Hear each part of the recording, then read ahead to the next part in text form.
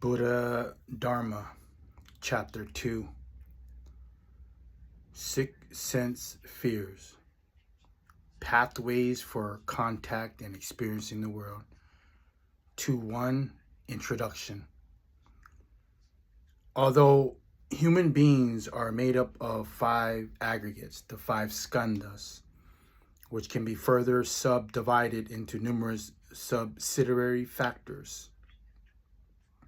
Generally speaking, in everyday life, people do not directly engage with these skandhas or these aggregates. Many of these components, factors making up human life, exist and function without people's knowledge. And even if they were aware of them, people often do not give them much thought. In respect to the body, for example, many physical organs function without the knowledge of a person's involved, who often does not care to know. People may only take an interest in these functions when there arises some abnormalities or impairment. This is similarly the case in regard to the mental factors. People generally leave the study and the analysis of the body as a responsibility of medical scholars and biologists. They leave the study of the mind up to the Buddhadhamma scholars and psychologists. For the majority of the people, the importance or meaning of life centers around their everyday engagement and interaction with the world. The importance of life for most people lies in their relationship to the world. This engagement or relationship can be divided into 2 parts or systems, both on which rely specific doorways or channels, tawara, for making contact with the world. 1. Cognition and experience of the world by way of the 6 sense doors, Buddhadhamma.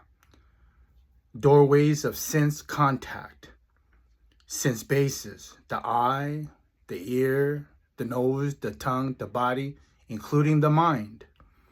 These sense doors cognize various properties and attributes of the world, namely the 6 sense objects, aramana, forms, objects of sound, objects of smell, sense objects of taste, sense objects of tangible objects, and sense object of mental objects. So that's 1, cognition of experience of the world by way of the 6 sense door.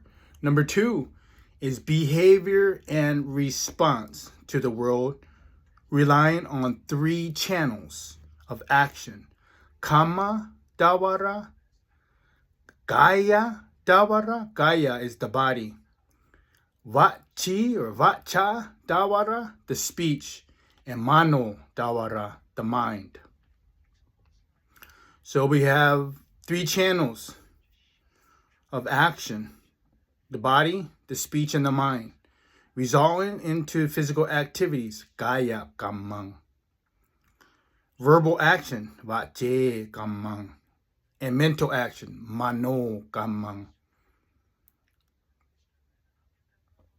Note that the context of the active engagement in everyday life, the term dawara, sense doors, in the first system is most often referred to scriptures by the terms ayatana, which means the sphere of cognition or path of cognition. For this reason, in this analysis here, the term ayatana is used instead of dawara. In regard to the second system, the entire engagement here pertains to the 4th aggregate, the aggregate of volitional formation, sankhara, which was discussed in the previous chapter. The myriad volitional formation, which can be classified as wholesome and unwholesome, neutral, manifest, and function when they are selected, induced, and authorized by intention. by volition. Cetana is the Pali term. Their leader and representative to behave or act away by body, act away by speech, behave or act away by mind, resulting in physical deeds. Physical deeds, speech, and thoughts. In this context, volitional formations are reclassified in three ways. One, according to the chief or representative factor, example of their intention. Two, according to the pathway by which they are expressed. And three, according to the specific action performed.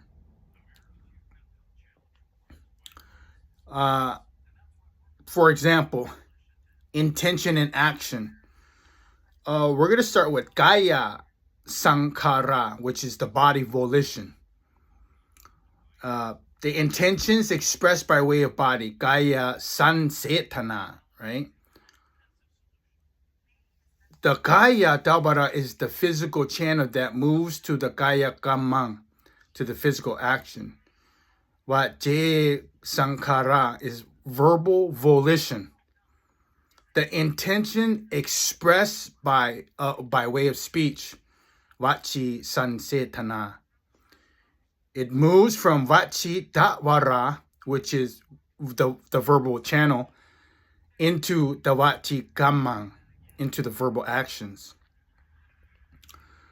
The mental volition starts with Mano and Sankhara.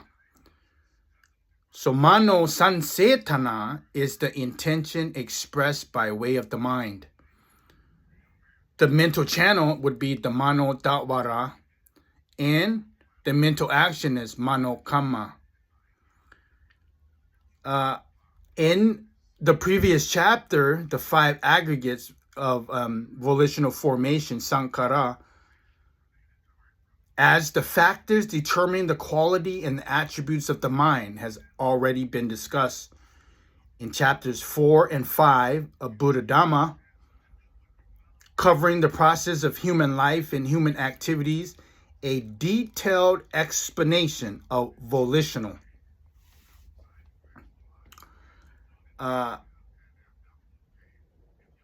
Formations will be presented in regard to their role in shaping behavior and responding to the external world. In this present chapter, the focus is thus restricted to the first system above, namely the nature and proper function of the sixth sense door. As we go into 2.2, the nature of the sixth sense door, Buddhadhamma, by Bhikkhu PA PAyutto. The term ayatana literally means link or the sphere. In this context, refers to the cognitive link, the sphere of cognition, the source of awareness, or the doorway of perception. The 6 such doorways, the eye, the ear, the nose, the tongue, the body, including the mind. One may then ask, to what are these sense linked? The answer is that they are linked to the world, to the external environment. Yet the world only reveals limited parts or aspect of itself to human beings, depending on the person's faculties or instruments of cognition. That is, depending on the 6 sense mentioned above. For this reason, each one of the 6 senses is paired with a specific object of awareness in the external world. These objects of awareness are also referred to the term ayatana, because they too act as the cognitive link or the source of awareness. Yet, as opposed to the 6 internal senses, internal ayatana just mentioned, these objects exist in the external world, an external ayatana. Generally speaking, these six sense objects, physical form, sound, smell, taste, tangible objects, and mental objects are referred by the term aramana, which literally means something that detains the mind or something that holds attention. Simply speaking, they are objects of attention. When an internal base, ayatana, sphere of cognition, comes into contact with an external object of attention, aramana, an awareness specific to the individual sense sphere arises. When the eye comes into contact with form, the awareness of seeing arises. When the ear contacts sounds, the awareness of hearing, etc. This awareness is called consciousness, vijnana, the awareness of sense objects. There are six kinds of consciousness corresponding to the six sense faculties and the six sense objects. The eye consciousness, the ear consciousness, nose consciousness, tongue consciousness, body consciousness, and the mind consciousness. The eye, saku, is a sphere of cognition form of rupa, giving rise to seeing, saku vijnana. The ear, number 2, sota, is a sphere of cognizing sound, sata, giving rise to hearing, sota vijnana. Number 3, the nose, ganha, the sphere of cognizing odors, ganha, giving rise to smelling, ganha vijnana. Number 4, the tongue, jiha, is the sphere of cognizing tastes, rasa, giving rises to tasting, jiva vijnana. Number 5, body, kaya, is the sphere of cognizing tangible, bodhapa, giving rise to the tactile awareness, kaya vijnana. Number 6 is the mano, is the mind. The sphere of cognizing mental objects of Dhamma, giving it rise to awareness of mental objects, mano vijnana. This can be explained thus: 6 sense bases, internal, ayatana, which are the ear, the eye, the nose, tongue, body, and the mind. 6 sense objects, external, ayatana, form, visible objects, sound, smell, taste, touch, mind objects, and so forth. 6 kinds of consciousness: the eye, the ear, the nose, the tongue, the body, and the mind consciousness. Although the arising of consciousness is dependent on the contact between a sense base and it represents sense objects, the fact that the sense objects become manifest to a sense base not invariably result in consciousness.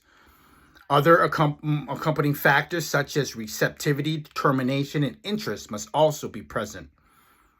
For example, while a person is asleep, agitated, absent-minded, focused on the activity, or highly concentrated, various visual forms of sound within range of potential awareness, neither seen nor heard. Similarly, when one is focused on writing a letter or a book, one may not be aware of the contact between one's body and the chair or between one's finger and the pen. In such cases, when sense bases and the sense object are in contact, but without the arising of consciousness, cognition is not yet said to have occurred. Cognition arises when all 3 factors are present: a sense base, ayatana, the sense body object, aramana, and the consciousness, vijnana. The technical term in Pali for the union of these 3 factors is basa, alternately sambasa. Although in terms literally means contact, in Theravada Buddhism, it refers specifically to the coming together or convergence of these 3 factors. In the context, basa may be translated as cognition. This contact or cognition is divided into 6 kinds according to the specific sense sphere involved. According to the eye contact, saku sampasa, ear contact, sota sampasa, nose contact, ganna sampasa, tongue contact, jiha sampasa, body contact, kaya sampasa, and the mind contact, mano sampasa. This contact is a vital stage in the wider cognitive process. Once contact with the object has occurred, other mental and physical dynamics follow in its wake. To begin with, there is a feeling, vedana, in response to that object, followed by recognition, associated thinking, and various actions of body, of speech, and of mind. The feeling of sensation, vedana, arise immediately after contact with an object or of special interest. In this analysis of people's interaction with the world, the term vedana refers to the sense experience. To experience the flavor of sense impressions. These sensations are either pleasurable, painful, or neutral. If classified according to the pathway of cognition, there are 6 kinds of feeling.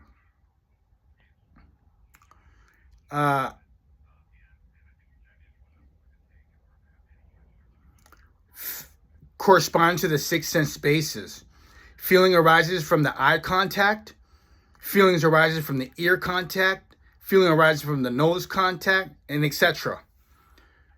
If classified according to the quality of feeling, however, there are 3 kinds. Sukha, number 1, pleasurable, easeful, comfortable, agreeable. Number 2, dukkha, painful, uncomfortable, stressful, irritable. And then we have adukkhamma sukha, referred to upekkha in such cases, neutral, neither pleasant or painful.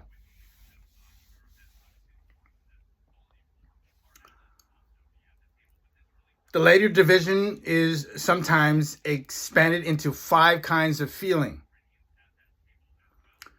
Number 1, sukha, physical pleasure. Dukkha, physical pain. Somanasa, mental pleasure or joy. Domanasa, mental pain, sorrow. And then we got upekkha, neutral feeling, neither pleasure nor pain. The cognitive process up to this point can be outlined as follows. The simple form would be ayatana plus ramana plus vijnana plus basa goes straight into vedana. So we have the cognitive pathway plus the object of awareness plus awareness, and then it would equal cognition, sensation of the object. These objects of awareness, aramana, are equivalent to those aspects of the world apparent to human beings by way of sense basis, ayatana. The awareness of these objects is necessary for people to engage with the world and survive. Feeling, vedana, is an essential factor in this process, indicating to people both what is dangerous and should be avoided, what is supportive and should be sought out. Feeling thus promotes a comprehensive understanding of things. For unawakened people, however, the role of feeling does not end here. Feeling is not merely one factor in the cognitive process which enhances knowledge and enables them to live a virtuous life. For them, feeling also implies that the world provides them with some form of compensation or reward or engaging with it. This reward is pleasure and delight, referred to as sukha vedana, derived from their sense objects. If people seizes onto feelings in this manner, they depart from their natural cognitive process and provide another dynamic and opportunity to take over. Feeling becomes a principal agent, giving rise to subsequent factors. Within this new dynamic, the neutral or the natural cognitive process functions in conjunction with the new dynamic, but it is distorted by way of derivatives from by its force and deviates from the truth. The new dynamic unfolds very easily. Basically, if contact with a sense object provides pleasure, sukha, vedana, a sense desire, tanha, or the object arises, the desire leads to attachment and latent clinging, upatana. One is unable to lay down the object, even though in truth it is impossible to appreciate it, or it's impossible to appropriate it, since it has already passed by and vanished. At this stage, one is mentally preoccupied, creating various ideas and conceptions on how many other processes, how many possess the pleasurable object, planning how to obtain it. Finally, one performs various physical and verbal actions in order to reach one's desired goal and to access this pleasurable feeling. Conversely, if contact with a sense object leads to a painful or uncomfortable sensation, dukkha vedana, one is discontent and annoyed. One desires to escape or to eliminate the object. The object would be tanha. One is preoccupied and fixated on the object, upatana, in a negative sense, predisposed towards aversion, fear, avoidance, hatred, etc. One reacts further by yearning for and obsessing over pleasurable feelings, pursuing those things in which believes will provide pleasure. This new dynamic procedure produce a complex and desperate cycle of joy and sorrow, which is concocted by human beings themselves and which spins around repeatedly, beginning with the link of feeling, vedana. This is one interpretation of the cycle of rebirth, samsara vata. People get caught in this whirlpool, are unable to reach a superior state of mind, which are available and attainable as a human being. The link in the cognitive process from contact is a critical juncture, which acts as a fork in the road between pure cognitive process and the so-called round of rebirth, samsara vata. Within a pure cognitive process, feeling is simply a minor factor, helping to bring about correct and accurate knowledge. Within the round of rebirth, however, feeling is predominant factor, dictating the entire process. It is valid to say that feeling, vedana, shapes all of the unawakened people's thoughts and actions. People's lives are determined by feeling.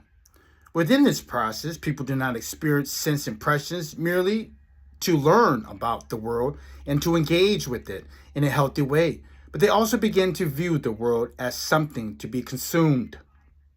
Technically speaking, within a pure cognitive process, the link of feeling, vedana, is removed or considered inconsequential. Here, cognition is completed with contact, basa.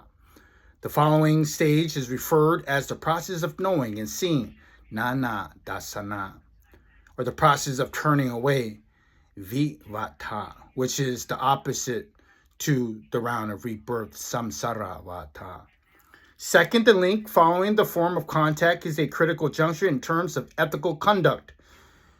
It is the decisive turning point between good and evil, between wholesome and unwholesome actions, between liberation and spinning around the cycle of rebirth. At this point, we should return to the subject of sense basis, ayatana, because all the cognitive factors so far discussed begin with the sense basis. These sense bases thus also play a vital role in the cognitive process. For example, They are the source of feeling, Vedana, or the channels in enabling the arise of feeling. Human beings aim for and the desire of feeling, and the sense bases make it possible to experience feeling. In sum, the sense bases are human beings in two ways.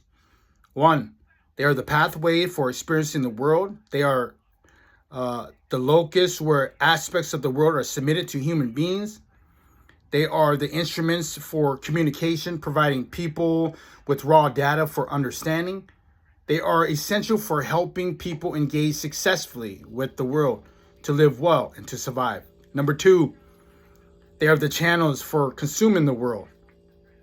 They are the doorways that people open in order to experience the sweetness and pleasures of the world and to seek amusement by seeing sights, by hearing sounds, by smelling fragrances, by tasting flavors, by touching tangibles, and fantasizing over agreeable thoughts. These two functions are connected. The first is the principal or basis functions, which is necessary. The second function is secondary. One can say that an extra or excessive. In both cases, these sense space operate in the same way. The difference lies in the factors of cetana, intention. The second function, the intentions, whether people aim for knowledge or whether they aim for a sensation, vedana. For unawakened beings, the importance of the sense bases tend to be centered on the second function of consuming sense impressions. The first function then becomes simply an accessory or accomplice in fulfilling the second. In other words, cognition acts as a servant for consuming the world or for propelling the cycle of rebirth. Ordinary people use these senses to gather only the specific knowledge that helps them to obtain and experience delicious and delightful sense objects. They are generally not interested in securing knowledge beyond its fruition. Moreover, the physical, verbal, and the mental behavior of unawakened people or beings is also performed out of service of the cycle of rebirth. That is, people tend to act, speak, and think in order to seek or obtain pleasurable sense impressions. The more dim-witted people are, the greater is their entanglement with the second function, to the point that people's entire lives revolve around these 6 sense bases. Although the sense bases are only one part of the 5 skandhas, the 5 aggregates, and do not comprise entirely of human life as the 5 aggregates do, they play a vital role for people and highly influential in directing people's lives. One can say that life as ordinary people know is defined by their engagement with the world and by way of 6 senses. The 6th sense giving meaning to people's lives. The 6th sense do not function properly. Life becomes meaningless. The world ends. The following passage from Pali Canon provides a concise yet complete description of this process and helps to integrate the explanation of the 5 skandhas, the 5 aggregates from the previous chapter, with the subject here of the 6 senses. Dependent on the I and form, I consciousness arises. The meaning of 3 is contact. The contact is conditioned. There is feeling. What one feels, that one perceives. What one perceives, that one thinks about. What one thinks about, that one mentally proliferates over. With what one has mentally proliferated over as the source, diverse and complex perceptions, pancha sanya sankara, beset a person with respect to the past, future, and present forms cognizable through the eye. Thus, the same is true for the remaining 5 pairs of sense bases, or the sense objects. The process can be illustrated in this way. Pure cognitive process is a neutral process. The process of consuming the world, the birth of a consumer and consumable objects, a thinker and a conceptualized thoughts go into sense base plus the sense object plus the consciousness plus the contact moves or transitions to feeling, transition into perception, transition into thinking, transition into proliferation, then transition to diverse and complex perceptions. In Pali, it's ayatana plus aramana plus vijnana plus basa, transition into vedana, transition into sanya, transition to vitaka, and pancha, which those two become are sankharas, goes into papa cha sanya. With the arising of the diverse and complex perception of papa sanya, there is an increase in elaborative, embellished thinking, giving rise to such defilement as lust, defilements as aversion, hatred, defilements as possessiveness, and defilements of jealousy. It is good to know that the term papacha refers to the engagement and the entanglement with specific sense object. It also refers to a proliferative thinking driven by the force of tanha, by your craving, by your wanting, your desire, your conceit, mana, and your wrong view, ditti, or the thinking that compensates these three mental impurities. Here a person conceives of things in terms of me and mine, building a sense of self-identity and conceiving the things in line with personal opinions. These thoughts appear in myriad and elaborate ways, leading to various complex perceptions, papa sanya, that are associated with these mental proliferations. There are two stages of perception of sanya. The first stage is initial perception, which perceives those objects that arise naturally on their own.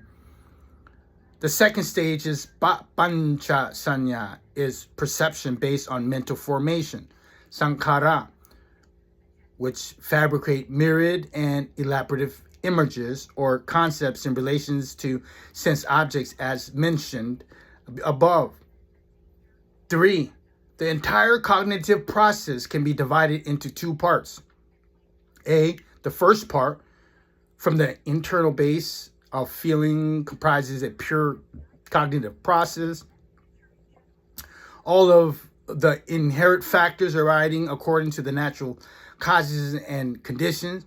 At this stage, there is no being, person, or self involved. B, the latter part, from feeling, vedana, onwards, comprises the process of consuming the world or the round of rebirth, samsara vata. In fact, feeling, vedana, can also constitute the initial stage of the process of turning away, vivata. But here the focus is on the round of rebirth. In this latter process, there are not only other natural causes or conditions at work, but there now arises a person or being. A dualistic relationship is established between a consumer and the consumed, between the thinker and the conceptualized idea. 4. The process of consuming the world, illustrated above, is only one of the several ways to depict this process. It has been selected here because it is concise and it corresponds to the subjects presently being explained, the 5 aggregates, and the 6 sense bases. Another description of round of rebirth is detailed teaching of dependent origination, which is a comprehensive model. Number 5, strictly speaking, the factors of consciousness, vijnana, contact, basa, feeling, vedana, and perception, sanya, are classified as cognoscent factors. Saha jata dhamma. They arise simultaneously. The linear presentation above is provided for the sake of simplicity. The cognitive process can be divided into two parts. The latter part itself can be further divided into either round of rebirth, samsara vata, or the process of turning away, vivata. Basa could be ayatana, transition to aramana, transition into vijnana, transition to vedana. Vedana could branch out either into creating something that's going to, a cycle of rebirth, or it's going to be a process of turning away. Either two ways. Another term used to refer to the sixth internal base of ayatana, or the sense door, dawara, is indriya, which translates as faculty or governing faculty. This term refers to the predominant or principal agent in the specific action. The eye, for example, is the principal agent in cognizing form. The ear is the principal agent for cognizing sound. The six faculties are sakku indriya, the eye faculty. We got sota indriya, the ear faculty. We got gana indriya, the nose faculty. Jira indriya, the tongue faculty. And then kaya indriya, the body faculty. The mind faculty is mani indriya. The term indriya is generally used when referring to the active engagement of the sense bases to their operation in everyday life. And in the context of various conduct, for example, restraint of the eye faculty, the term ayatana, on the other hand, is generally used when referring to a specific factor within causal process. Example, dependent on the eye and visual form, eye consciousness arises. Also, when referring to characteristics of the same sense, for example, the eye is impermanent. Another term frequently used for the sense basis when explaining specific factors within a causal process is basa ayatana, which translates as the source of contact or the origin of contact. Alternative terms referring to the external ayatana, the sense object, aramana, include gochara, resort, place for gaining sustenance, and visaya, bond, attachment, sphere of engagement. Another very important term used only in the reference in the first five sense objects, which are highly influential in the process of consuming the world in the round of rebirth, is kamma, guna, translated as the chords, or sensual pleasure, strands of sense pleasures, alluring, enticing features, delicious or positive aspects of sensuality. This term refers especially to those forms, sounds, smell, tastes, and tangible objects that are desirable, attractive, and pleasurable. I leave you that for today. Anumotana.